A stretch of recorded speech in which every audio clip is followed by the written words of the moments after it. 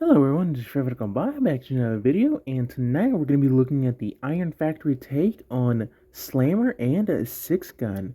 But before we get started, don't forget to like, subscribe, and comment down below what you thought of the video, or what else would you like to see in a video. So onto the figures.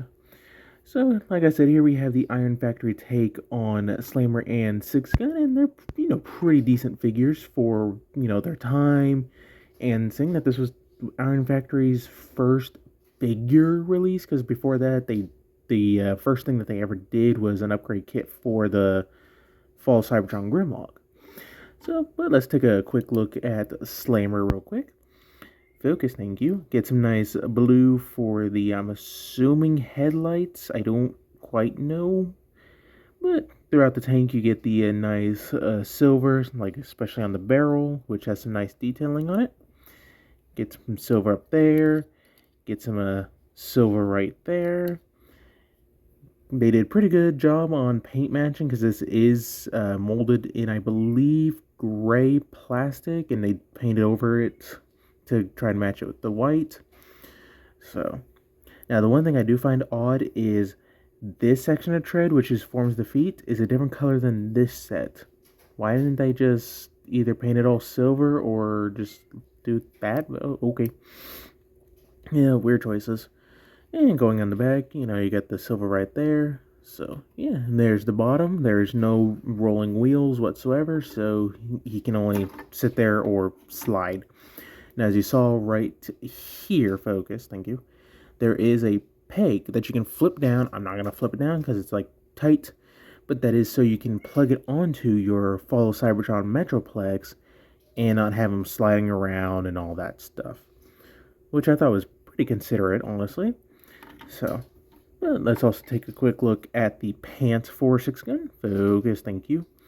Get some nice silver for the, spoiler alert, toes and kneecaps. Get that maroon that this side could have used maybe one more coat because it's kind of not the best. So, you get some maroon on the side as well. And on these guns, you get some silver on the bottom.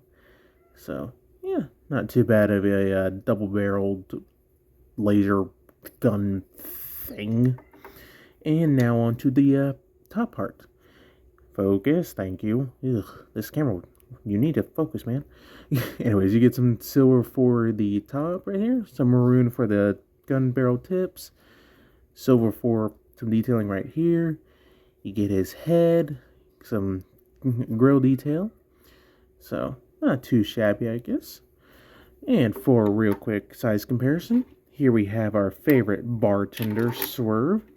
So, yeah, like I said, they are basically legend-sized. So, and for 6-gun, he does have 5mm compatibility. So bring in our Orion packs, raise up so you can see. He can hold them without issue. They just look a little bit ridiculous because they are so massive. But, he can go into battle now without the fear of having lost his axe and gun. But they're not actually lost, they're just sitting somewhere else right now. So, yeah, just don't tell him that. Now, something Iron Factory did do, with at least I want to say a minimum of 3 releases. I know it came with Blaster and all that, was this set of guns and weaponry. So, and you can see how it comes together. You get like a minigun, 2 shotguns, a missile pod, and a shield. That got some nice paint on them. You get some red for the missile pods, silver for like these shotguns right there. Shield gets a little bit of paint, and this gun right here does not. And you can, break it apart into its component pieces, and you get 2 sets. So, if you wanted to, you could deck them out with all the weaponry. One thing I did love to do was if I had my Combiner Wars Air Raid in his robot mode, I gave him these guns. I put these on his wings, and then I never could figure out what to do with the gun and shield because this is a very small shield, and this is kind of a dinky gun, so I never really bothered. But yeah. And you can also store it on the all mode, wherever you see a peg hole or anything, you can just plug it on there. So yeah, and oh yeah, for his articulation, the only articulation the tank gets is the turret can go about that far either direction, and he can shoot behind him and all that other fun stuff. So yeah, but I think that's it for their all mode. So let's get down to transformation. So let's focus on Slammer first, or yeah, wait, this guy. Slammer's the Metroplex has too many characters, so you can pop off that piece, and we just set that off to the side for right now. That'll be served for robot mode. And then this looks like a troop carrier. Anyways, so grab right back here and pull it forward and bring it down. Then you want to flip out the feet, push those in so that way you can get your thumb in there or any finger, and flip those out. Kind of go ahead and split them. Next, you want to come under here and unpeg the arms from right under here and right here. So get that unpegged, rotate them out, get it pegged, unrotate them out. Need to raise up just a tad. Excuse me. Go ahead and rotate the waist 180. Rotate the arms 90 forward. Then get his head straight and bring down the chest. And there you go. There you got six guns off to the side. This guy in robot mode. Oh man, I am tired, folks. But, not a bad looking robot mode. He is pretty clean. You can have the tank turret on the back if you would like, but this is going to be served as his weaponry later, so just go ahead and remove it. But close up on that head sculpt. Focus, thank you. Kind of a generic Autobot head type thing, but I think it fits the character. But you get a nice sky blue for his eyes, or his visor. So, and you get some nice yellow detail for the stripes right there. Arms are done pretty well. His waist area has a nice yellow. And, yeah. Now, the one thing I do find odd is right back here. These panels are on a separate hinge, and I don't know why. I mean, it doesn't get in the way of articulation. I guess if you want to rotate his arms back for some reason, that's the only thing I can think of. It doesn't get in the way of articulation or anything. So, yeah, I don't know. But speaking of articulation, the head is on a ball joint at the base, so you get a lot of range of movement, just not much up or down. You can do a full 360, but it's hard to get in there. So, but you can see, so right there. Arms are on a ball joint, so you get the full 360. You can get outward about that far, even if you were to move that piece, only so much. Like I said, backwards butterfly, and again, that doesn't, interfere. Elbows are on a ball joint, so you get the 90 degrees along with the rotation. Nothing at the wrists. Waist gets a rotation. Legs can go forward at that far, back that far. Can do the full splits. Get a thigh rotation. You get over 90 degrees of knee bends, and the toes can only move up and down. So that's about. And like I said, you can give them as a gun. Plug this onto his arm as a shield if you like, or just give him one giant BFG. Or if you really want to, you can deck him out with the armaments of this thing. So, yeah. So, that's about it for this guy. So, let's move on to 6-gun.